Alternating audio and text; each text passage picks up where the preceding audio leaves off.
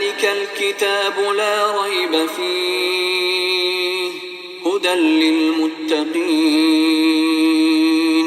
اعوذ باللہ من الشیطان الرجیم، بسم اللہ الرحمن الرحیم۔ آیت نمبر 197 ہے۔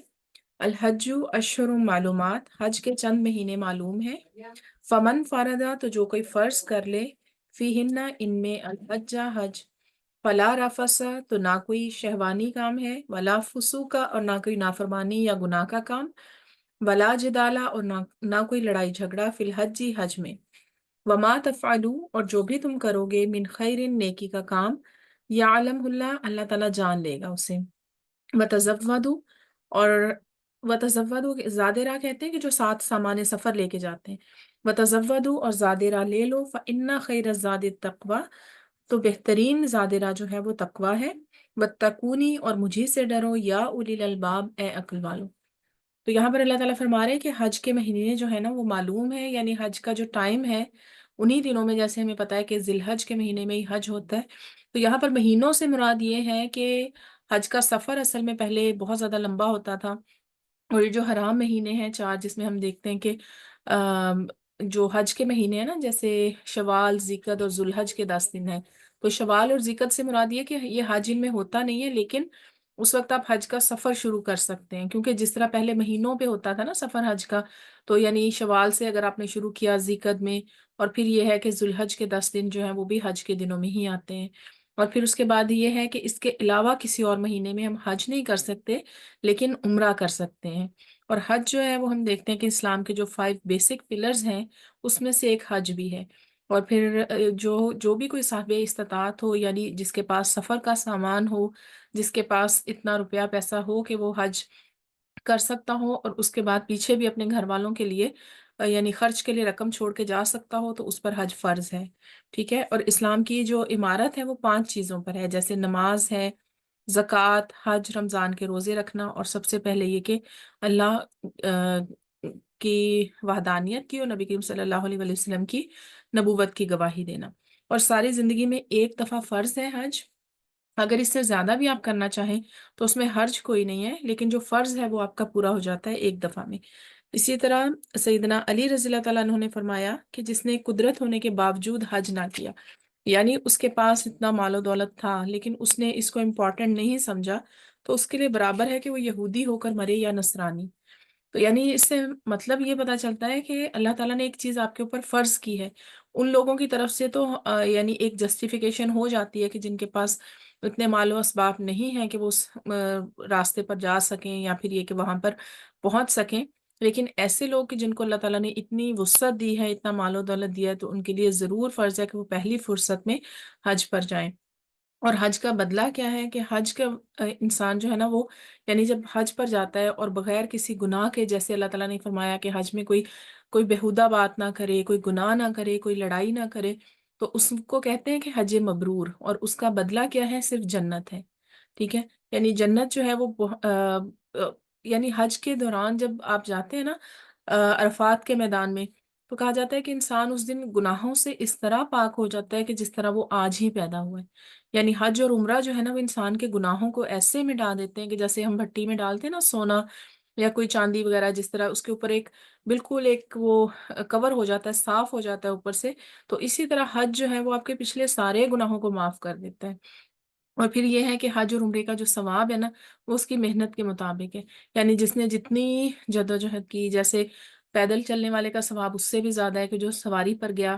اور پھر یہ ہے کہ جس نے جتنی زیادہ کوشش کی، اگر کسی کے پاس بہت زیادہ مال و دولت ہے، ٹھیک ہے، وہ حج کرنے چلا گیا، اس کا بھی ثواب ہے۔ لیکن ایسے بھی لوگ ہیں جو ایک ایک روپیہ کر کے جمع کرتے ہیں، ان کا شوق اور ان کا جو محنت ہے اس کا اجر اللہ تعالیٰ ہی جانتے ہیں، ظاہر ہے وہ بہت زیادہ ہے، کیونکہ انہوں نے بہت مطلب اس کے لیے کوشش کی۔ اور پھر یہ ہے کہ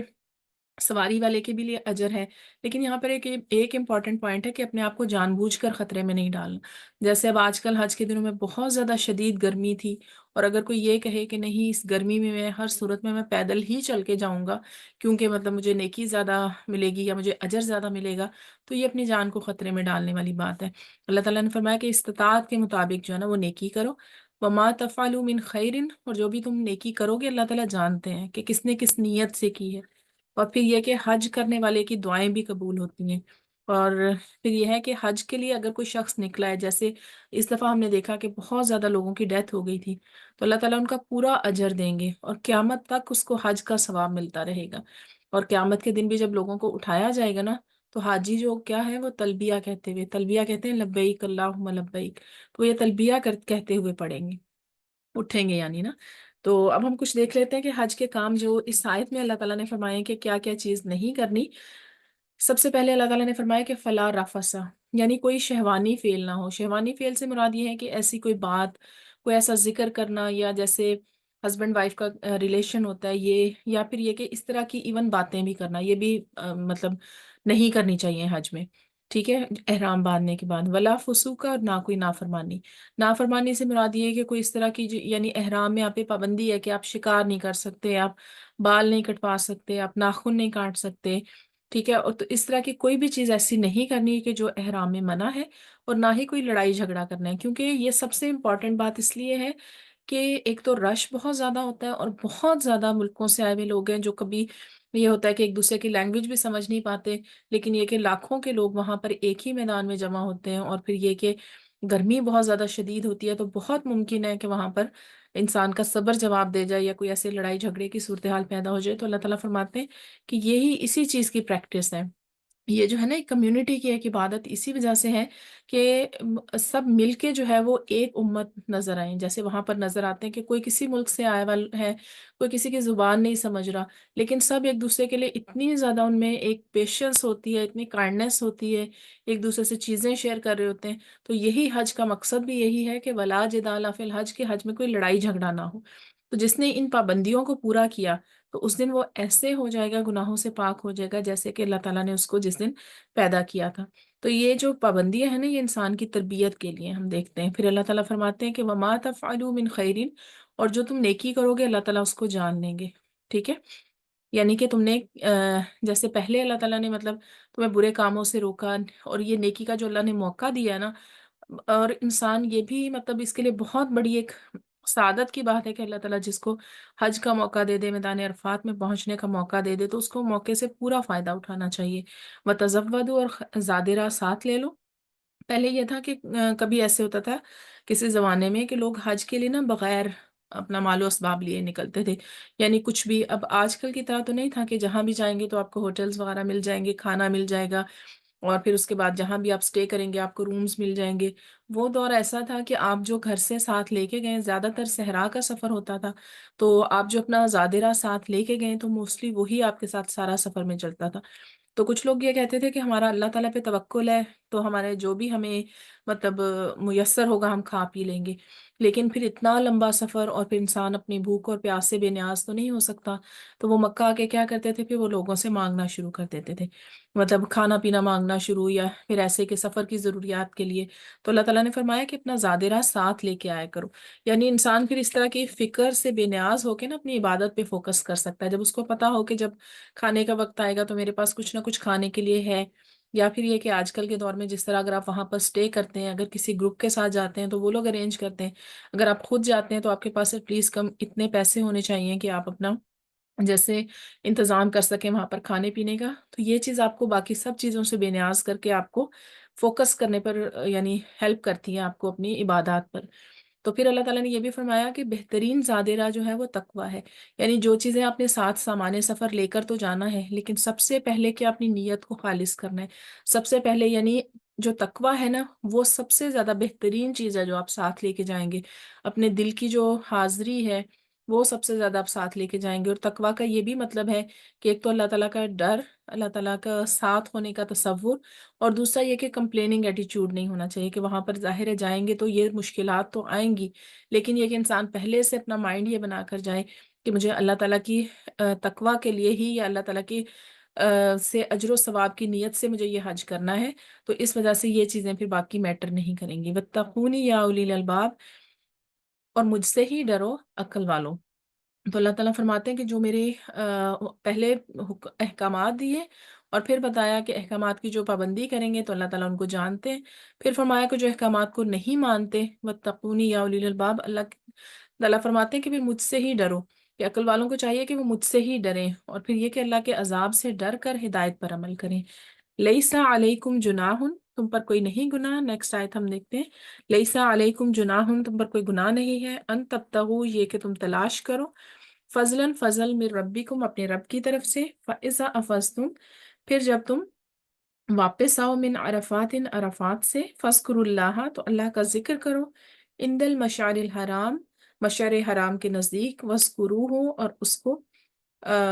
یاد کرو، اس کا ذکر کرو، کما ہداکم، جیسے اس نے تمہیں ہدایت دی ہے، وَإِن كُنتُمْ، اور یقیناً اس سے پہلے تم تھے، من قبلی ہی، اس سے پہلے، لَمِنَ الضَّالِّينَ، گمراہ لوگوں میں سے۔ تو پھر یہاں پر ایک امپورٹنٹ پوائنٹ ہے کہ جیسے بہت سے لوگ ہیں نا، مہینوں کا سفر ہوتا تھا پہلے، تو مکہ جو تھا وہ ایک سینٹرل پلیس تھا، یہاں پر تجارتی قافلے آتے بھی تھے، اور حج کے دنوں میں ان کا کاروبار بہت عروج پر ہوتا تھا، اس وجہ سے کہ حج کے مہینے جو تھے نا وہ حرام مہینے تھے، یعنی جن میں لڑائی منع تھی، جن مقدس مہینے تھے، اور جن میں کوئی بھی ایک دوسرے کے پہ حملہ نہیں کرتا تھا، مال تجارت لوٹا نہیں جاتا تھا، تو اس وجہ سے یہ مہینے ان کا کاروبار خوب چمکتا تھا۔ تو اللہ تعالیٰ نے فرمایا کہ اس میں کوئی غلط بات نہیں ہے، تم پر گناہ نہیں ہے، تم اللہ کا فضل تلاش کرو، یعنی اگر تم حج کے سفر پر آ رہے ہو اور ساتھ کوئی ایسی چیز بھی لے آؤ کہ جو اپنا مال تجارت ہے وہ بھی ساتھ لے آؤ، کہ میں وہاں پر مطلب لوگ اکٹھے ہوں گے، بہت زیادہ ایک کمیونٹی ہوگی، تو میں وہاں پر اس کو بیچ سکتا ہوں، تو اس میں حرج نہیں ہے، اللہ تعالیٰ نے فرمایا کہ یعنی موسم حج میں آپ تجارت کر سکتے ہیں۔ اور پھر یہ کہ اصل چیز کیا ہے کہ وہ اللہ تعالیٰ کا تقوی ہے، جیسے ہم نے پچھلی آیت میں دیکھا کہ اصل چیز اللہ تعالیٰ کا تقوی ہے۔ پھر اللہ تعالیٰ نے فرمایا کہ جب تم عرفات سے واپس آؤ، عرفات کا دن وہ ہوتا ہے کہ جو حج کا مین دن ہے، جو ہے یوم عرفہ، وہاں پر جب آپ قیام کرتے ہیں، پھر اس کے بعد اللہ تعالیٰ فرماتے ہیں کہ جب وہاں سے واپس آؤ، یعنی پورا دن آپ نے اللہ تعالیٰ کے ذکر میں گزارا، تو پھر آگے رات میں بھول نہیں جاؤ، جب آپ واپس آؤ، مشعر حرام کہتے ہیں مزدلفہ، یعنی جہاں پر آپ رات کا قیام کرتے ہیں، اور مزدلفہ میں کوئی عمارت، کوئی اس طرح کی چیز نہیں ہے، وہاں پر کھلے میدان میں، یعنی روڈز پہ آپ کو وہ کھلے آسمان کے نیچے رات گزارنی ہوتی، تو وہاں پر اللہ تعالیٰ نے کیا فرمایا کہ وہ وہاں پر رات گزارو اور اللہ کا ذکر کرو۔ تو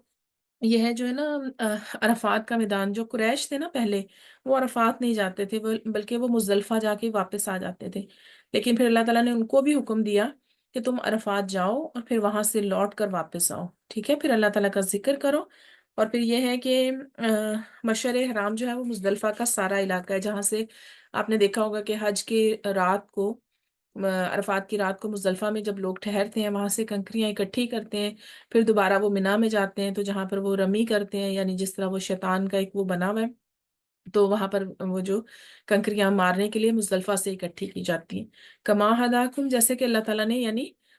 تمہیں حکم دیا، جیسے اللہ تعالیٰ نے تمہیں ہدایت دی ہے، اس طرح سے اللہ تعالیٰ کا ذکر کرو۔ اور پھر یہاں دیکھتے ہیں کہ ہم مزدلفہ کا جو ہے مین چیز کیا ہے، وہ صرف آپ کا وہاں پر قیام ہے اور اللہ کا ذکر ہے، کوئی خاص عبادت ایسی نہیں ہے، جیسے کہ نبی کریم صلی اللہ علیہ وآلہ وسلم کے بارے میں ہم دیکھتے ہیں کہ آپ نے غروب آفتاب تک آپ ادھر رکے عرفات میں، پھر اس کے بعد جب سورج غروب ہونے والا تھا تو اس وقت آپ نے وہاں سے یعنی کوچ فرمایا، لیکن وہاں پر مغرب کی نماز ادا نہیں کی، مغرب اور عشاء آپ نے اکٹھی آ کر مزدلفہ میں پڑھی۔ اور پھر یہ ہے کہ اللہ تعالیٰ فرماتے ہیں کہ وَاسْكُرُوهُ كَمَا هَدَاكُمْ، اس کا ذکر ایسے کرو جیسے اس نے تمہیں ہدایت کی ہے، یعنی جیسے اللہ تعالیٰ نے مناسک سکھائے ہیں نا، جو چیز ہے کہ جہاں پر رکنا ہے، کتنی دیر رکنا ہے، یہاں پر کیا عمل کرنا ہے حج کا، یہ سب اللہ تعالیٰ نے ہدایت دی، یعنی مناسک سکھائے ہیں۔ اور بلا شبہ اس سے پہلے یقیناً تم گمراہ لوگوں میں سے تھے، یعنی قرآن آنے سے پہلے، نبی کریم صلی اللہ علیہ وآلہ وسلم سے پہلے یہ لوگ نہیں جانتے تھے، یعنی حج کا کچھ طریقہ تو رائج تھا، یا طواف کا کچھ طریقہ تو رائج تھا، لیکن اس میں بہت سی چیزیں انہوں نے اپنے پاس سے ایڈ کر لی تھی، یعنی جیسے قریش جو تھے وہ عرفات میں نہیں جاتے تھے، یا پھر یہ کہ خانہ کعبہ کا طواف وہ بغیر کپڑوں کے کرتے تھے، اس لیے کہ ہم جن کپڑوں میں گناہ کرتے ہیں اس میں ہم طواف نہیں کر سکتے، تو یہ ساری چیزیں جو ہے نا ضالین میں آ جاتی ہیں، یعنی گمراہ لوگوں میں سے تھیں، لیکن اللہ تعالیٰ نے ہر چیز کو جو ہے نا، ہر عبادت کو اس کا صحیح، اس کا طریقہ سکھایا اپنے نبی کے ذریعے۔ اور پھر یہ ہے کہ کما ہداکم سے جیسے ہمیں پتہ چلتا ہے کہ اللہ کے نبی نے آ کے ایک ایک چیز سکھائی، اور نہ صرف سکھائی بلکہ کر کے دکھائی، اور آپ صلی اللہ علیہ وسلم نے زندگی میں ایک دفعہ حج کیا تھا، اور وہ بھی مطلب جتنے صحابہ ساتھ تھے انہوں نے آپ صلی اللہ علیہ وآلہ وسلم کو خود اپنی آنکھوں سے مناسک کرتے ہوئے دیکھا۔ پھر اگلے سال آپ صلی اللہ علیہ وآلہ وسلم موجود نہیں تھے تو انہوں نے باقی لوگوں کو سکھائے، اور اسی طرح ہم دیکھتے ہیں کہ آج تک حج اسی طرز پر ہو رہا ہے جیسا کہ نبی کریم صلی اللہ علیہ وآلہ وسلم نے کیا اور پھر لوگوں کو سکھایا۔ ثم افیزو، پھر تم واپس آؤ، من حیث افاض الناس، جہاں سے لوگ واپس آتے ہیں، واستغفر اللہ، اور اللہ تعالیٰ سے بخشش مانگو۔ ان اللہ غفور الرحیم، بے شک اللہ تعالیٰ بہت بخشنے والا، نہایت رحم کرنے والا ہے۔ پھر اللہ تعالیٰ نے حکم دیا کہ جہاں سے لوگ واپس آتے ہیں، یعنی لوگ کیا کرتے ہیں کہ جیسے مینا سے پہلے عرفات جاتے ہیں، پھر عرفات سے دوبارہ مزدلفہ واپس آتے ہیں، تو اللہ تعالیٰ نے حکم دیا کہ یہ سب کے لیے ضروری ہے، یعنی جہاں سے لوگ واپس آتے ہیں اسی طرح ہی تمہیں کرنا ہے۔ قریش وہ کیوں نہیں جاتے تھے؟ اصل میں اگر ہم دیکھیں نا ان کی ریزن کیا ہے، تو وہ ان کی ریزن یہ تھی کہ وہ ان کا تکبر تھا، ان کے اندر ایک فخر تھا کہ ہم جو ہے نا وہ حرم کے یا خانہ کعبہ کے متولی ہیں، یا ہمارے پاس اس کی جو ہے نا وہ اونرشپ ہے کعبہ کی، اور ہم اس کو سارا ٹیک کیئر کرتے ہیں، تو ہمیں بس یہاں سے باہر جانے کی ضرورت نہیں ہے۔ تو اللہ تعالیٰ نے فرمایا کہ نہیں، آپ بھی ویسے ہی عرفات جائیں گے جیسے عام لوگ جاتے ہیں، اور جیسے نبی کریم صلی اللہ علیہ وسلم نے فرمایا کہ الحج عرفہ، حج تو عرفات میں ٹھہرنے کا نام ہے، یعنی یہ بیسک چیز ہے۔ تو اللہ تعالیٰ نے فرمایا کہ عرفات میں جاؤ اور پھر وہاں سے ہو کر واپس آؤ، اور اس سب کا مین مقصد کیا ہے؟ واستغفر اللہ، اللہ تعالیٰ سے بخشش مانگو۔ اور پھر یہ اس لیے اللہ تعالیٰ نے حکم دیا کہ عبادتوں کے بعد، ساری عبادت کے بعد پھر مغفرت کی دعا مانگی جاتی ہے، قبولیت کی دعا مانگی جاتی ہے، یعنی اپنے نیک عمل پہ بھروسہ نہیں کیا جاتا، اللہ تعالیٰ سے دعا کی جاتی ہے کہ اللہ تعالیٰ اس کو قبول کر لے۔ اور پھر یہ ہے کہ ان اللہ غفور الرحیم، یقیناً اللہ تعالیٰ بہت بخشنے والے ہیں، بہت رحم کرنے والے ہیں۔ پہلے اللہ تعالیٰ نے حکم دیا کہ اللہ سے دعا مانگو، استغفار مانگو، اور پھر فرمایا کہ وہ قبول بھی کرتا ہے، وہ غفور الرحیم ہے، وہ بخشنے والا ہے اور وہ رحم کرنے والا ہے، یعنی وہ آپ کو صرف دعاؤں کا ایک آپ کو سکھا نہیں رہے مناسک، اللہ تعالیٰ آپ کو دعاؤں کا حکم نہیں دے رہے بلکہ اس کو قبول بھی کرتے ہیں، اللہ تعالیٰ مغفرت فرمانے والے ہیں۔ پھر آگے ہے حج کے ہی احکامات، آگے کنٹینیو ہے۔ فَإِذَا قَضَيْتُم مَنَاسِكَكُمْ، پھر جب تم پورے کر لو اپنے مناسک یا حج کے اعمال، فَاذْكُرُوا اللَّهَ، تو اللہ کو یاد کرو، كَذِكْرِكُمْ آبَاءَكُمْ، جیسے تم یاد کرتے ہو اپنے آباء و اجداد کو، او شدہ ذکر، یا اس سے بھی زیادہ ذکر کرنا۔ فَمِنَ النَّاسِ مَن يَقُولُ، تو لوگوں میں سے کوئی ایسا بھی ہے جو کہتا ہے ربنا آتنا فی الدنیا، اے رب ہمیں دنیا میں ہی دے دے، وما لہ فی الآخرۃ من خلاق، اور دنیا میں اس کا، آخرت میں اس کا کوئی حصہ نہیں ہے۔ پھر یہاں پر اللہ تعالیٰ فرماتے ہیں کہ جب حج کے اعمال پورے کر لو تو اس سے فارغ ہونے کے بعد کیا کرو کہ پھر بھی اللہ تعالیٰ کا ذکر کرو، کیونکہ جو جاہلیت میں لوگ تھے نا، ان کا حج کیا تھا، ان میں یعنی یہ رائج تھا کہ وہ اکٹھے ہو کے ان کے پاس یعنی سب سے بڑی ان کی مشغولیت کیا تھی کہ وہ اپنے آباء و اجداد کا ذکر کرتے تھے۔ ایک ایک جو قریش کے لوگ تھے نا، سب کو اپنا نسب نامہ اس طرح سے یاد ہوتا تھا کہ ہم اس کے والد یہ تھے، اس کے والد یہ تھے، پشتوں تک یاد ہوتا تھا۔ پھر اگر کسی نے کوئی بڑا کارنامہ کیا ہوتا تھا تو اسے بڑے فخر سے بیان کرتے تھے،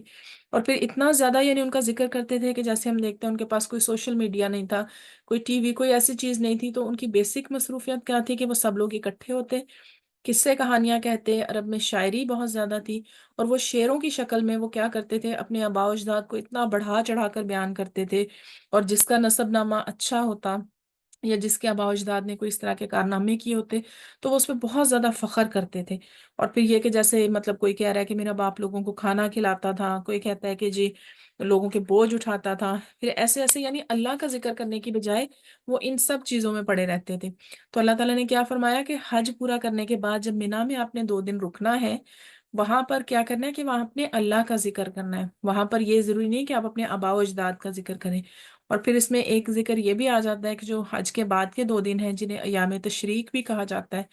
وہاں پر لوگ مینا میں رکتے ہیں۔ وہاں کی مین عبادت کیا ہے کہ آپ نے مینا میں جا کے وہ جو رمی کرنی ہے، یعنی شیطان کو کنکر مارنے ہیں،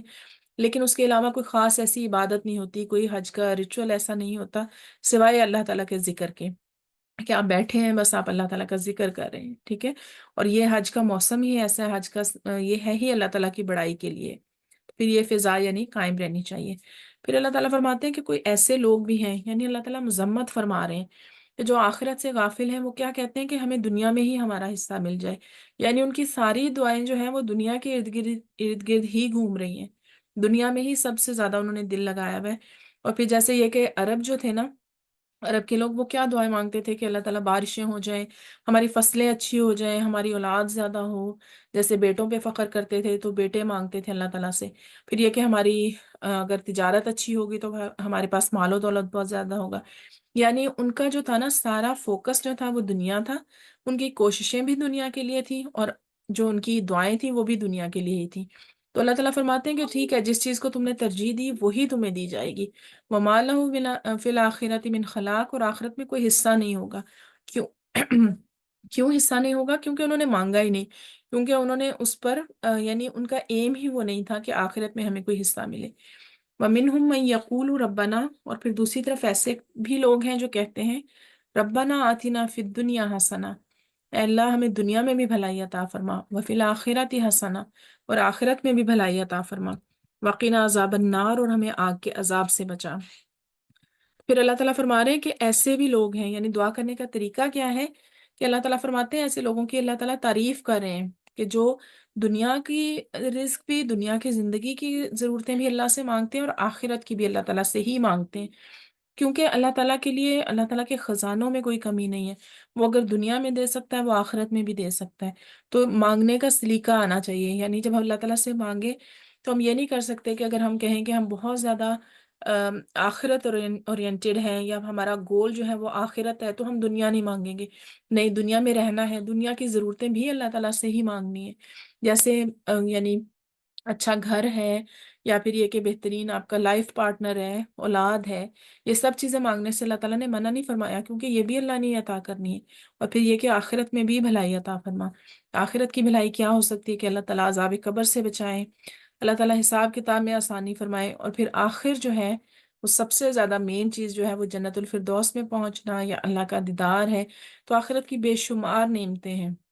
تو ہمیں یعنی یہ سیکھنا ضرور چاہیے کہ ہمیں دنیا میں حسنہ کیسے مانگنی ہے، اور آخرت کی حسنہ کیا ہے، اور ہمیں مانگنی کیسے ہے۔ اور سب سے بڑھ کر یہ ہے کہ وقنا عذاب النار، کہ اللہ تعالیٰ ہمیں آگ کے عذاب سے بچائیں۔ تو آخرت کا جو عذاب ہے وہ بہت زیادہ سخت قسم کا عذاب ہے۔ اور یعنی جیسے ہم کہتے ہیں نا کہ ایک صحابی تھے، انہوں نے یہ دعا مانگی کہ نبی کریم صلی اللہ علیہ وسلم جب ان کی عیادت کے لیے گئے نا، تو وہ بہت زیادہ بیمار تھے، اتنے کمزور ہو گئے تھے نا۔ تو آپ نے پوچھا کہ تم نے کوئی ایسی دعا تو نہیں کی تھی، یا اللہ تعالیٰ سے کوئی ایسا سوال تو نہیں کیا تھا؟ تو اس نے کہا کہ ہاں، میں اللہ تعالیٰ سے یہ دعا کرتا تھا کہ جو کچھ مجھے آخرت میں اگر کوئی عذاب ملنا ہے نا تو وہ مجھے دنیا میں ہی دے دے۔ تو نبی کریم صلی اللہ علیہ وسلم نے فرمایا کہ سبحان اللہ، تمہیں اتنی طاقت کہاں کہ اللہ کا عذاب اٹھا سکے؟ یعنی یہ کیوں نہیں تم نے کہا کہ وقنا عذاب النار، یہی دعا، کہ تم نے یہ کیوں نہیں کہا کہ اللہ تعالیٰ مجھے آخرت میں بھی بھلائی دے، اللہ تعالیٰ مجھے دنیا میں بھی بھلائی دے، اور مجھے جہنم کے عذاب سے بچا۔ یعنی دعائیں مانگنے میں یہ ضرور دیکھنا چاہیے کہ ہم اللہ تعالیٰ سے اچھی دعائیں مانگیں، اور اپنے فائدے کی دعائیں۔ کبھی غصے میں بھی ایسے کوئی بری باتیں، یہ ہم سب کے لیے ہی ایک ریمائنڈر ہے کہ غصے میں بھی کوئی اپنے منہ سے ایسی بات ہم نہ نکالیں کہ جو ہمارے ہی خلاف ہو، یعنی ہمارے نقصان کی بات ہو، یا اللہ تعالیٰ سے ہم بجائے خیر مانگنے کے ہم شر مانگ لیں۔ تو دنیا اور آخرت کی ہمیں بھلائیاں اللہ تعالیٰ سے مانگنی چاہیے، اور اللہ تعالیٰ ہم سب کو جہنم کے آگ کے عذاب سے محفوظ رکھیں، آمین۔ اولئک لہم، یہی لوگ ہیں، ان کے لیے ہے نصیب حصہ، مما کسبوا، اس میں سے جو انہوں نے کمایا، واللہ سریع الحساب، اور اللہ تعالیٰ بہت جلد حساب لینے والا ہے۔ اور پھر اللہ تعالیٰ فرماتے ہیں کہ اس سے مراد یہ ہے کہ انہوں نے جو مانگا، جو کیا، آج بھی وہی ملے گا، کل بھی وہی ملے گا۔ نصیب و مما کسبوا، اس میں سے حصہ ہے جو انہوں نے کمایا ہے۔ یعنی ایک تو کمانے سے مراد ان کے اعمال ہیں جو انہوں نے دنیا میں کیے، اور پھر کمانے سے مراد وہ دعائیں ہیں جو انہوں نے دنیا میں کی۔ اگر جس نے دنیا میں اللہ تعالیٰ سے بھلائی مانگی ہی نہیں، جس طرح کہتے ہیں نا کہ جو نان مسلمز لوگ ہیں، ٹھیک ہے، اگر وہ دنیا میں کوئی بھی چیریٹی کا کام کریں، کوئی اچھا کام کر رہے ہیں، تو ان کو دنیا میں ہی اس کا بدلہ مل جائے گا، چاہے وہ فیم کی شکل میں ہو، چاہے وہ پیسے کی شکل میں ہو، لیکن آخرت میں ان کا کوئی حصہ نہیں ہوگا، کیونکہ اللہ تعالیٰ فرمائیں گے کہ اس نے ایک دن بھی مجھے یہ نہیں کہا، ایک دن بھی اس کو یہ نہیں لگا کہ میرا کوئی رب ہے۔ جب اس نے آخرت کے صلے کی امید ہی نہیں رکھی، اجر کی امید ہی نہیں رکھی، تو اس کا کوئی حصہ بھی نہیں ہے آخرت میں۔ واللہ سریع الحساب، اللہ تعالیٰ بہت جلد حساب لینے والا ہے۔ وَاذْكُرُوا اللَّهَ فِي أَيَّامٍ مَّعْدُودَاتٍ، اور گنتی کے چند دنوں میں اللہ کو یاد کرو۔ فَمَن تَعَجَّلَ فِي يَوْمَيْنِ، تو جو کوئی جلدی کرتا ہے 2 دن میں، فَلَا إِثْمَ عَلَيْهِ، تو اس پر کوئی گناہ نہیں ہے۔ وَمَن تَأَخَّرَ، اور جو کوئی تاخیر کرے، فَلَا إِثْمَ عَلَيْهِ، تو اس پر بھی کوئی گناہ نہیں۔ لمن اتقا یہ اس کے لیے ہے جو اللہ سے ڈرے، واتقوا اللہ اور اللہ تعالیٰ سے ڈرو، وعلموا اور جان لو، انکم الیہ تحشرون کہ تم یقیناً اسی کی طرف جمع کیے جاؤ گے۔ تو یہاں پر اللہ تعالیٰ فرمانے کی جو گنتی کے چند دن ہے نا، یہ ایام تشریق کا ذکر ہے، یعنی جو 11 ذی الحج ہے، 12 اور 13 ذی الحج، یہ ایسے دن ہیں کہ جو خاص اللہ تعالیٰ کے ذکر کے دن ہیں، اور ان دنوں میں اللہ تعالیٰ کا ذکر کرنا باقی تمام دنوں سے افضل ہے۔ اور یہ کھانے پینے کے دن بھی ہیں، یہ وہ دن ہیں کہ جب اللہ تعالیٰ کے لیے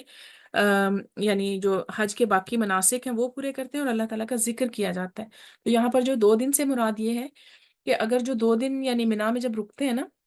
تو اگر کسی کو جلدی جانا ہو تو پھر اس کے لیے کوئی حرج کی بات نہیں ہے کہ وہ 12 ذی الحج کو چلا جائے یا پھر 13 کو چلا جائے، یعنی 11 اور 12 رکے 2 دن، یا پھر یہ کہ 13 بھی ساتھ ایڈ کر لے 13، تو پھر بھی اس پر مطلب کوئی گناہ نہیں ہے، دونوں طرح سے اللہ تعالیٰ نے اجازت دی ہے۔ ومن تأخر یعنی اگر کوئی تاخیر کرتا ہے یعنی مزید رکتا ہے تو اس کے لیے بھی کوئی ایسی پابندی نہیں ہے۔ لیکن اصل چیز کیا ہے؟ تقویٰ ہے، اصل چیز اللہ تعالیٰ کی حکم کی اطاعت ہے۔ اور پھر اس کے بعد یہ ہے کہ واتقوا اللہ، پھر اللہ تعالیٰ نے ایک دفعہ پھر حکم دیا کہ اللہ سے ڈرو،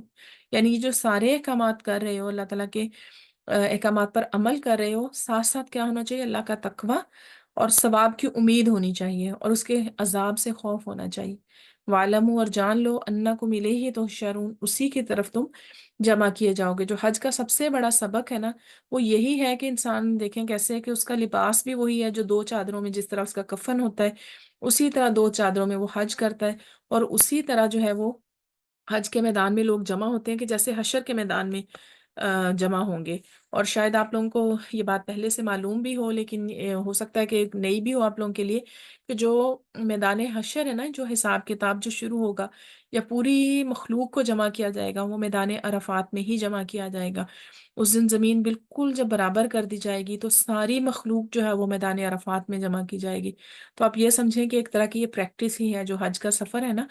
اسی طرح لوگ جو ہیں وہ بالکل ہر چیز سے بے نیاز ہو کے، اتنے مطلب گرمی اور سفر کی وجہ سے پریشان اور بہت زیادہ، مطلب ایک ان کا فوکس کیا ہوتا ہے اس ٹائم پہ، کسی کو کسی کا ہوش نہیں ہوتا۔ وہ وقت ایسا ہوتا ہے کہ سب اپنی دعاؤں میں مصروف ہیں، سب رو رو کے اللہ تعالیٰ سے مغفرت مانگ رہے ہیں۔ تو یہ اس دن کی پریکٹس ہے کہ جس دن آپ کو اللہ کے سامنے حاضری دینی ہے۔ تو پھر یہاں پر وہی اللہ تعالیٰ نے دن یاد کرایا ہے کہ یاد کرو، جان لو، یقیناً تم اسی کی طرف جمع کیے جاؤ گے، جیسے اس نے تمہیں زمین میں پھیلایا ہے اور پورے سال کے ایک دن سب مخلوق کو، لاکھوں کی مخلوق کو لا کے میدان عرفات میں جمع کر دیا جاتا ہے، اسی طرح قیامت کے دن ساری کی ساری مخلوق کو وہاں پر جمع کر دیا جائے گا۔ وَمِنَ النَّاسِ مَن يُعْجِبُكَ اور لوگوں میں سے کوئی ہے کہ جس کی بات اچھی لگتی ہے، قولہ اس کی بات، فی الحیات الدنیا دنیا کی زندگی میں آپ کو پسند آتی ہے، وَيُشْهِدُ اللَّهَ اور وہ گواہ بناتا ہے، عَلَى مَا فِي قَلْبِهِ جو بھی کچھ اس کے دل میں ہے اس پر، وَهُوَ عَلَدُ الْخِصَامِ حالانکہ وہ سخت جھگڑالو ہے، یعنی جو اس کے دل میں ہے اس پر اللہ کو گواہ بناتا ہے۔ تو یعنی یہ ایسے شخص کے بارے میں ہے کہ جو دنیا کے معاملات میں بڑی میٹھی باتیں کرتا ہے اور آپ بہت زیادہ یعنی اس سے متاثر ہوتے ہیں۔ تو یہ خاص طور پہ ایک آیت جو ہے وہ اخنس بن شریک کے بارے میں ہے کہ وہ بہت میٹھی باتیں کرنے والا تھا، دیکھنے میں اچھا بھی لگتا تھا، یعنی منافق تھا، نبی کریم صلی اللہ علیہ وآلہ وسلم کی محفل میں بھی آتا تھا، اور پھر یہ ہے کہ اپنے آپ کو مسلمان بھی ظاہر کرتا تھا۔ اور جو آپ یہ دیکھیں کہ جو فیک ہوتا ہے نا، جو انسان جس کے اندر کوئی سچائی نہیں ہوتی، وہ پھر یہ کہ اوور پریٹینڈ کرتا ہے۔ تو اسی طرح یہ شخص بھی قسمیں کھاتا تھا اور کہتا تھا کہ میں آپ سے بہت محبت کرتا ہوں، اور پھر اندر سے منافق تھا۔ دیکھیں صحابہ جو تھے نا، ان کی محبت ہمیں ان کے اعمال میں نظر آتی تھی کہ کیسے وہ نبی کریم صلی اللہ علیہ وسلم سے اتنی زیادہ محبت کرتے تھے، لیکن یہ کہ ان کو ہر دفعہ قسمیں کھا کے یقین دلانے کی ضرورت نہیں پڑتی تھی۔ لیکن جو منافق لوگ تھے، کیونکہ ان کے دلوں میں چور تھا، تو اس لیے وہ یہ اللہ تعالیٰ فرماتے ہیں کہ ایسی یعنی باتیں کرتے تھے کہ دنیا کی زندگی میں تو آپ کے لیے آپ کو بڑی اچھی لگتی تھی، اور پھر آپ یہ سمجھتے ہیں کہ بڑی نفع مند بات ہے، لیکن اصل میں کیا ہوتا ہے کہ وہ یہ جو ہے نا، اللہ تعالیٰ نے فرمایا کہ وَيُشْهِدُ اللَّهَ عَلَى مَا فِي قَلْبِهِ کہ جو کچھ اس کے دل میں ہے نا، وہ اللہ کو اس پر گواہ بناتا ہے، یعنی اللہ کی قسمیں کھاتا ہے کہ ہاں ہاں بالکل میں ایسے ہی، یعنی یہ میں صحیح کہہ رہا ہوں، اور پھر یہ کہ واقعی میرے دل میں بھی یہی ہے کہ جو میں زبان سے کہہ رہا ہوں۔ تو اللہ تعالیٰ فرماتے ہیں کہ حالانکہ وہ اس کے بارے میں جھوٹا ہے، اگر وہ سچا ہوتا تو اس کی بات اس کے عمل کی مخالفت نہ کرتی، یعنی وہ آپ کے سامنے جو اسلام کا اظہار کر رہے ہیں اصل میں وہ حقیقت نہیں ہے، ان کے دل میں کفر ہے۔ اور پھر یہ کہ ایسے لوگوں کو اللہ تعالیٰ نے دو چہروں والا انسان کہا ہے کہ جس کے دل میں کچھ اور ہوتا ہے اور اس کی زبان پر کچھ اور ہوتا ہے۔ تو یہاں پر دیکھیں اللہ تعالیٰ نے منافقین کی جو خصلت ہے وہ کھول کر بیان کر دی ہے کہ منافقین جھوٹے ہیں۔ اور پھر یہ ہے کہ وَهُوَ أَلَدُّ الْخِصَامِ، حالانکہ وہ سخت جھگڑالو ہے، یعنی منافق جو ہے وہ جھگڑے میں بھی سیدھی بات پر نہیں رہتے، حق سے ہٹ جاتے ہیں اور الزام تراشی کرتے ہیں۔ یعنی جب کسی ایسے شخص سے آپ بحث کریں نا، یعنی جو اوپر سے تو بہت زیادہ میٹھا بن رہا ہے، آپ کو اپنی محبت کا یقین دلا رہا ہے، لیکن جب کوئی ایسا موقع آتا ہے، کوئی بحث کا موقع آتا ہے، یا پھر یہ کہ کوئی ان کے ایمان کے ٹیسٹ کا موقع آتا ہے، تو پھر اللہ تعالیٰ ان کی جو ہے نا وہ اصلیت سامنے لے آتے ہیں کہ وہ سخت جھگڑالو ہیں۔ پھر وہ یہ کہ بڑے آپ کی دشمنی اپنی ظاہر کرتے ہیں۔ وَإِذَا تَوَلَّى، اور جب وہ لوٹ کر جاتا ہے، سعی فی الارضی، وہ کوشش کرتا ہے زمین میں، لیفسد فیہا، کہ وہ اس میں فساد کرے، ویہلک الحرث والنسل، اور وہ کھیتوں اور نسلوں کو برباد کرتا ہے، اور اللہ تعالیٰ فساد کو پسند نہیں کرتا، واللہ لا یحب الفساد، اور اللہ تعالیٰ فساد کو پسند نہیں کرتا۔ وَإِذَا تَوَلَّى، اور جب وہ زمین میں لوٹ کر جاتا ہے، سعی فی الارضی، تو وہ کوشش کرتا ہے زمین میں، لیفسد فیہا، کہ وہ فساد پھیلائے، اور وہ کھیتوں اور نسلوں کو برباد کرتا ہے، اور اللہ تعالیٰ فساد کو پسند نہیں کرتا۔ تو یہاں پر اللہ تعالیٰ ان کا جو ہے نا اصلیت کھول رہے ہیں کہ اس کا کام کیا ہوتا ہے۔ جو منافق ہے نا، اس کا کام ہوتا ہے زمین میں فساد پھیلانا اور کھیتوں اور نسلوں کو برباد کرنا۔ یعنی جب وہ لوٹ کر جاتا ہے تو پھر وہ کیا کرتا ہے کہ وہ پھر اپنے انہی کاموں میں اپنی بھاگ دوڑ، اپنی ایفرٹ شروع کر دیتا ہے کہ جن سے زمین میں فساد پھیلتا ہے، یعنی شرک شروع کر لیتا ہے، یا پھر یہ کہ مسلمانوں کی محفل میں بیٹھ کے جو باتیں سنتے ہیں اس کو پھر یہ ہے کہ جو نیگیٹو پروپیگنڈا ہے اس کا شروع کر دیتے ہیں، باہر جا کے تخریب کاریاں مطلب شروع کر دیتے ہیں۔ اور پھر زمین میں فساد پھیلانے سے مراد یہ ہے کہ کھیتوں اور نسلوں کو بھی برباد کرنا، یعنی نسل سے یہاں پر کون سی مراد ہے کہ جو جانور اور اس طرح کے جو باغات وغیرہ ہیں، کھیتیاں، یہ سب چیزیں انسان کے گناہوں کی وجہ سے، یاد رکھیں کہ کھیتوں اور نسلوں سے برکت اٹھ جاتی ہے۔ اللہ تعالیٰ فرماتے ہیں کہ یعنی ایک سلف صالحین میں سے کسی کا قول ہے کہ جب زمین میں فساد پھیل جاتا ہے تو پھر اللہ تعالیٰ بارش سے محروم کر دیتے ہیں، اور اس سے کھیتی اور نسل تباہ ہو جاتی ہے۔ یعنی یہ کہ انسان کے گناہوں کا اثر صرف انسانیت پر ہی نہیں پڑتا، بلکہ زمین پر رہنے والی تمام مخلوق اس سے متاثر ہوتی ہے، کیونکہ گناہوں کی وجہ سے اللہ تعالیٰ بارشیں روک دیتے ہیں۔ جیسے ہمیں ایک اور جگہ سے بھی پتہ چلتا ہے کہ اگر بارشیں نہیں ہو رہی تو پھر زیادہ سے زیادہ استغفار کرو، اپنے گناہوں کی معافی مانگو، کیونکہ گناہوں کی وجہ سے اللہ تعالیٰ بارش روک لیتے ہیں۔ پھر بارش روکنے کی وجہ سے صرف انسان متاثر نہیں ہوتے، اس سے جانور بھی متاثر ہوتے ہیں، اس سے فصلیں بھی متاثر ہوتی ہیں۔ تو اسی وجہ سے اللہ تعالیٰ فرماتے ہیں کہ اللہ تعالیٰ فساد کو پسند نہیں کرتا۔ اور اس سے معلوم ہوتا ہے کہ جو اللہ تعالیٰ جو نا جو انسان یہ کام کرتا ہے نا، پھر اللہ تعالیٰ اسے بھی پسند نہیں کرتے، چاہے وہ زبان سے کتنی اچھی باتیں کیوں نہ کرے۔ تو انسان کا جو عمل ہے وہ بھی اس کے قول کے مطابق ہی ہونا چاہیے، ادروائز یہ منافقت کی خصوصیات میں سے آتا ہے۔ اور پھر ہم یہ بھی دیکھتے ہیں کہ انسان کے جو گناہ ہیں وہ کس طرح سے زمین کو متاثر کرتے ہیں، اور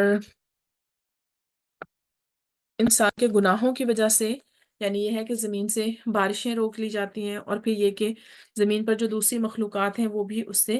متاثر ہوتی ہیں۔ اعوذ باللہ من الشیطان الرجیم، بسم اللہ الرحمن الرحیم، رب اشرح لی صدری ویسر لی امری واحلل عقدۃ من لسانی یفقہوا قولی، ربی زدنی علما، اللہم فقہنا فی الدین۔ آج انشاءاللہ ہم آیت نمبر 206 سے شروع کریں گے۔ تھوڑا سا ہم پہلے پچھلی آیت کے بارے میں دیکھ لیں کہ ہم کیا پڑھ رہے تھے۔ آیت نمبر 205 میں تھا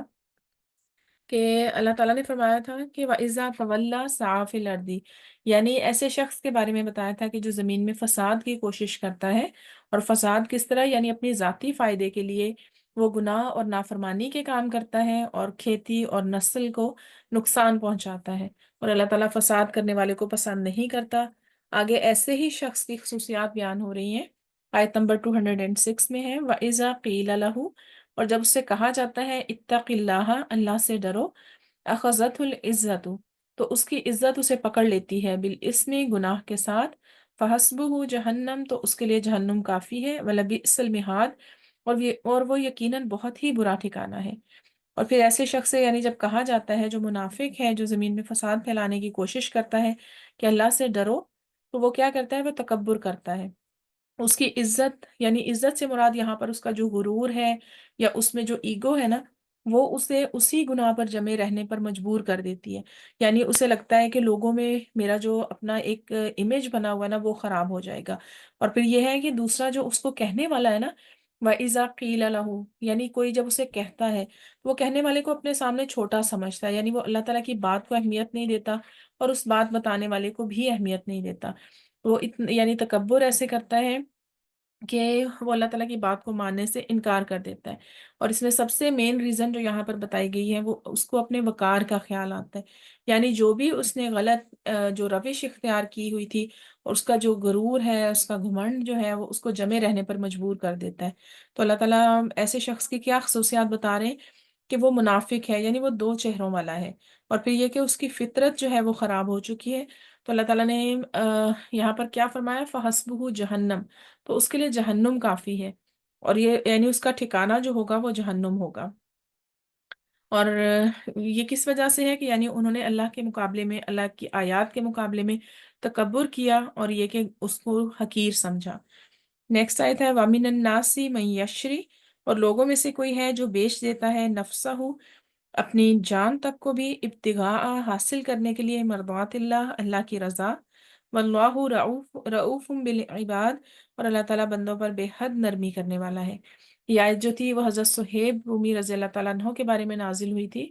صہیب رضی اللہ تعالیٰ عنہ کے پاس بہت زیادہ مال و دولت تھی. تو جب انہوں نے اسلام قبول کیا اور مدینہ کی طرف ہجرت کرنا چاہی تو قریش نے ان کو روک لیا.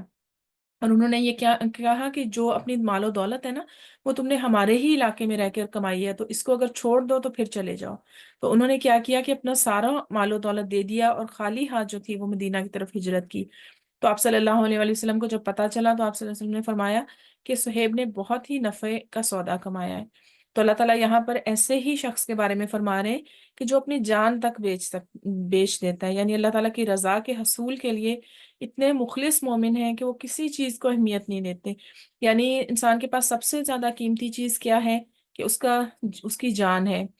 ٹھیک ہے، تو اس کی پرواہ نہیں کرتے. جیسے ایک صحابی کی مثال بیان ہوتی ہے کہ غزوہ احد میں انہوں نے نبی کریم صلی اللہ علیہ وآلہ وسلم سے پوچھا کہ اگر میں مارا جاؤں تو میں کہاں جاؤں گا؟ آپ صلی اللہ علیہ وآلہ وسلم نے فرمایا کہ تم جنت میں جاؤ گے. تو ان کے ہاتھ میں جو کھجوریں تھی نا جو وہ کھا رہے تھے، تو انہوں نے وہ بھی چھوڑ دی. انہوں نے کہا کہ پھر دیر کس چیز کی، اور جو ان کے ہاتھ میں چیز تھی وہ رکھ دی، جو بھی تھیلا تھا کھجوروں کا، اور وہ لڑنے لگے یہاں تک کہ وہ شہید ہو گئے. یعنی ان کو اتنا شوق تھا اللہ تعالیٰ کی رضا کا اور اللہ تعالیٰ کی خوشنودی حاصل کرنے کا کہ وہ اپنی جان تک کی پرواہ نہیں کرتے تھے. اور پھر یہ ہے کہ واللہ رؤوف بالعباد، اور اللہ تعالیٰ بندوں پر بہت رحم کرنے والے ہیں، یعنی بےحد نرمی کرنے والے ہیں. اور پھر یہ ہے کہ یعنی اللہ تعالیٰ کی رضامندی کی تلاش میں انسان کسی بھی قسم کا نا، ہمیں اس آیت سے پتہ چلتا ہے کہ اس کو کوئی بھی چیز اس میں رکاوٹ نہیں ہونی چاہیے. چاہے وہ اپنی اس کو من پسند عادات کو چھوڑنا ہو، چاہے وہ اپنے مال و دولت کو خرچ کرنا ہو، یا پھر اپنی جان کی بازی ہی لگانی ہو. تو پھر اس سے یہ ہوتا ہے کہ یعنی انسان اپنے نفس کو پیچھے چھوڑ کے اللہ تعالیٰ کے لیے اپنے آپ کو خالص کر لیتا ہے. تو پھر اللہ تعالیٰ نے کیا قرآن میں فرمایا ان لوگوں کے بارے میں کہ رضی اللہ عنہم ورضوا عنہ، اللہ تعالیٰ ان سے راضی ہو گیا اور وہ اللہ سے راضی ہو گئے، کیونکہ ان کا مقصد ہی کیا تھا، اللہ تعالیٰ کی رضا حاصل کرنا. پھر اللہ تعالیٰ فرماتے ہیں کہ واللہ رؤوف بالعباد، اللہ تعالیٰ بندوں پر بے حد نرمی کرنے والے ہیں. یعنی انہوں نے اپنی جانیں بیچ دی اللہ کی رضا کے لیے، تو اللہ تعالیٰ نے بھی اپنی رحمت کو اپنے اوپر واجب کر لیا. نیکسٹ آیت ہے یا ایھا الذین آمنو، اے لوگو جو ایمان لائے ہو، ادخلوا داخل ہو جاؤ، فی السلم اسلام میں، کافتن پورے کے پورے، ولا تتبعوا اور نہ تم پیچھے چلو، خطوات الشیطان شیطان کے قدموں کی، انہ لکم عدو مبین، یقیناً وہ تمہارا کھلا دشمن ہے. تو یہاں پر اللہ تعالیٰ اپنے مومن بندوں کو حکم دے رہے ہیں کہ جو اسلام میں داخل ہوئے ہیں، جنہوں نے اسلام قبول کیا ہے، تو پھر اس دین کو پورا اپنا لو. کیونکہ کچھ لوگ ایسے تھے کہ جو اہل کتاب تھے پہلے، وہ مسلمان تو ہو چکے تھے لیکن پھر بھی وہ اپنے تورات کی یا اپنے دین کی چند باتوں پر عمل کرتے تھے. یعنی ان کو پھر بھی ان کی بڑائی ان باتوں کی ان کے ذہن میں تھی. تو اللہ تعالیٰ نے فرمایا کہ جو مسلمان ہو گئے ہیں نا، وہ شریعت محمدیہ کی ہر چھوٹی بڑی بات کی پیروی کریں گے. جو اپنا دین چھوڑ دیا ہے اس کی کسی بات کو اسلام میں شامل نہ کریں. اور پھر یہ ہے کہ اسلام میں پورے کے پورے داخلے سے مراد کیا ہے کہ اللہ کے لیے مخلص ہو جائیں اور اپنی ہر جو ہے نا خواہش جو ہے وہ اللہ تعالیٰ کے حکم کے آگے اس کو چھوڑ دیں. اور پھر یہ ہے کہ مومن جو ہے وہ ہمیں یہ بھی پتہ چلتا ہے کہ جب اسلام میں داخل ہوتا ہے تو پوری اپنی رضامندی سے داخل ہوتا ہے، اور پھر اس کا یعنی مقصود کیا ہوتا ہے کہ اللہ تعالیٰ کی رضا حاصل کرنا۔ وَلَا تَتَّبِعُوا خُطُوَاتِ الشَّيْطَانِ، اور شیطان کے قدموں کے پیچھے نہ چلو۔ یعنی شیطان کس چیز کا حکم دیتا ہے؟ یہاں پر فرمایا گیا کہ ادخلوا فی السلم کافہ، اسلام میں پورے کے پورے داخل ہو جاؤ۔ تو شیطان کس چیز کا حکم دیتا ہے؟ کہ چھوٹی چھوٹی چیزیں ایسی جو اللہ کی نافرمانی کے کام ہیں وہ انسان کو مزین کر کے دکھاتا ہے، پھر اسے بے حیائی اور بری باتوں کا حکم دیتا ہے۔ تو اللہ تعالیٰ فرماتے ہیں کہ اس کے پیچھے نہ چلو۔ انہ لکم عدو مبین، یقیناً وہ تمہارا کھلا دشمن ہے۔ یعنی دین میں جو ہے نا مکمل طور پر جب آپ داخل ہوں گے نا تو شیطان آپ کا دشمن ہو جائے گا۔ تو یہاں پر اللہ تعالیٰ نے اس دشمنی کی پہلے سے خبر دے دی کہ اس کا تو کام ہی تمہیں جو ہے نا بہکانا ہے، راستے سے دور کرنا ہے، کیونکہ وہ اول دن سے تمہارا دشمن ہے۔ تو تم بھی اسے دشمن بناؤ، اور پھر یہ ہے کہ اس کی طرف، شیطان کے راستے کی طرف جانے والی ہر چیز کو اس کی نفی کرو۔ فَإِن زَلَلْتُمْ، پھر اس کے بعد اگر تم پھسل گئے، مِن بَعْدِ مَا جَاءَتْكُمُ الْبَيِّنَاتُ، اس کے بعد کہ تمہارے پاس واضح دلائل آ گئے، فَاعْلَمُوا، تو جان لو، ان اللہ عزیز الحکیم، اللہ تعالیٰ سب پر غالب حکمت والا ہے۔ پھر اللہ تعالیٰ فرماتے ہیں کہ اتنے واضح احکامات کے بعد اللہ تعالیٰ فرماتے ہیں کہ اس کے بعد بھی اگر تم پھسل گئے تو پھر کیا ہوگا؟ حق سے منہ موڑنے والے ہوگے۔ تو پھسلنے سے مراد یعنی کیا ہے؟ کہ حق کو پہچاننے کے بعد پھسلنا یہی ہوتا ہے نا کہ ہم صحیح جگہ پر آ گئے اور اس کے بعد پھر ایک سلپ ہو گئے جس طرح سے، تو یعنی واضح دلائل تمہارے پاس آ گئے، تم نے ان کو پہچان لیا لیکن پھر بھی ان سے منہ موڑ لیا، تو پھر یہ حق سے پھسل جانا ہے۔ تو اللہ تعالیٰ فرماتے ہیں کہ جان لو، فَاعْلَمُوا أَنَّ اللَّهَ عَزِيزٌ حَكِيمٌ، اللہ تعالیٰ غالب حکمت والا ہے۔ یعنی اس میں اللہ تعالیٰ کی طرف سے ایک وعید دی گئی ہے کہ جب نافرمان لوگ جو ہیں وہ اللہ تعالیٰ کی نافرمانی کرتے ہیں تو پھر اللہ تعالیٰ ان کو پکڑ بھی سکتے ہیں۔ اللہ تعالیٰ عزیز ہے یعنی غالب ہے۔ غالب ایسا ہے کہ اس کے قوت اور غلبہ جو ہے نا اس کے سامنے کوئی ٹھہر نہیں سکتا۔ اور حکیم کیا ہے؟ حکمت والا۔ یعنی اللہ تعالیٰ نے اگر تمہیں کوئی احکامات دیے ہیں تو اس میں ضرور کوئی نہ کوئی حکمت ہے، لیکن جب ان احکامات کے واضح احکامات کے آنے کے باوجود تم نے ان کو جان بھی لیا، اس کے باوجود پھسل گئے، اللہ تعالیٰ کی نافرمانی کی، تو پھر یہ یاد رکھو کہ وہ غالب بھی ہے، وہ ہر کسی کی یعنی ان کے اعمال کے اوپر نگران ہے اور پکڑ بھی کر سکتا ہے۔ حل ینظرون، وہ انتظار نہیں کرتے، الا مگر ان یاتیہم اللہ، کہ آ جائے اللہ ان کے پاس، فی ظلل من الغمام، بادلوں کے سائے میں، والملائکۃ، اور فرشتے، وقضی الامر، اور کام پورا کر دیا جائے، وإلی اللہ ترجع الامور، اور اللہ کی طرف ہی سارے معاملات لوٹائے جاتے ہیں۔ تو یہاں پر اللہ تعالیٰ فرما رہے ہیں کہ کافروں کو ڈرایا گیا ہے، کیونکہ کافر جو ہے نا جیسے ہم دیکھتے ہیں کہ عذاب میں بھی جلدی کرتے تھے، ٹھیک ہے، تو اور اس کے علاوہ یعنی وہ مذاق اڑانے کے لیے بھی عذاب مانگتے تھے۔ تو پھر اس آیت میں کافروں کو یہ ڈرایا گیا کہ وہ نبی کریم صلی اللہ علیہ وآلہ وسلم پر ایمان کیوں نہیں لاتے، کس چیز کا انتظار کریں، یعنی وہ قیامت کا انتظار کریں کہ جس دن لوگوں کے فیصلے کر دیے جائیں گے، کیونکہ وہ کہتے تھے کہ فرشتے اللہ تعالیٰ کیوں نہیں نازل کرتے، اللہ تعالیٰ یہ نشانیاں کیوں نہیں نازل کرتے، اور اگر تم سچے ہو تو پھر اس امر کا فیصلہ کیوں نہیں کر دیا جاتا، یعنی ہمارے اوپر کوئی عذاب کیوں نہیں آتا۔ جیسے ابو جہل کے بارے میں آتا نا کہ وہ کعبے کے پردے پکڑ کے کہتا تھا کہ اللہ تعالیٰ ہمارے اوپر عذاب نازل کر دے اگر تم سچے ہو، ہمارے اوپر پتھر برسیں۔ تو اللہ تعالیٰ فرماتے ہیں کہ وہ اس چیز کا انتظار کریں کہ اس دن سب فیصلے کر دیے جائیں، کیونکہ اس دن کیا ہوگا، فرشتوں کے انسان جب دیکھے گا نا تو فرشتے ایسے نہیں ہوتا کہ وہ کسی بلا وجہ نازل نہیں کیے جاتے، وہ کیا ہوتا ہے کہ وہ قضی الامر، اور اس دن پھر فیصلہ کر دیا جائے گا۔ اور یعنی جب ایسی نشانی کوئی ظاہر ہو جائے گی نا تو ان کا ایمان لانا ان کو کوئی فائدہ نہیں دے گا، اور پھر اس کے بعد ہے کہ ان کے ایمان لانے کی کوئی قدر و قیمت نہیں ہوگی، وَإِلَى اللَّهِ تُرْجَعُ الْأُمُورُ، اور اللہ تعالیٰ کی طرف ہی سب کو لوٹایا جائے گا۔ سوری، اللہ تعالیٰ کی طرف ہی سارے معاملات لوٹائے جاتے ہیں۔ اور پھر یہ ہے کہ یعنی یہ اتنی سخت وعید ہے کہ ایسے دن کا انتظار نہ کرو، اس لیے فوراً اسلام قبول کر لو اور اللہ کے آگے جھک جاؤ، کیونکہ اس دن جو ہے جس دن ہر امر کا فیصلہ کر دیا جائے گا اس دن تمہارا ایمان لانا تمہیں فائدہ نہیں دے گا۔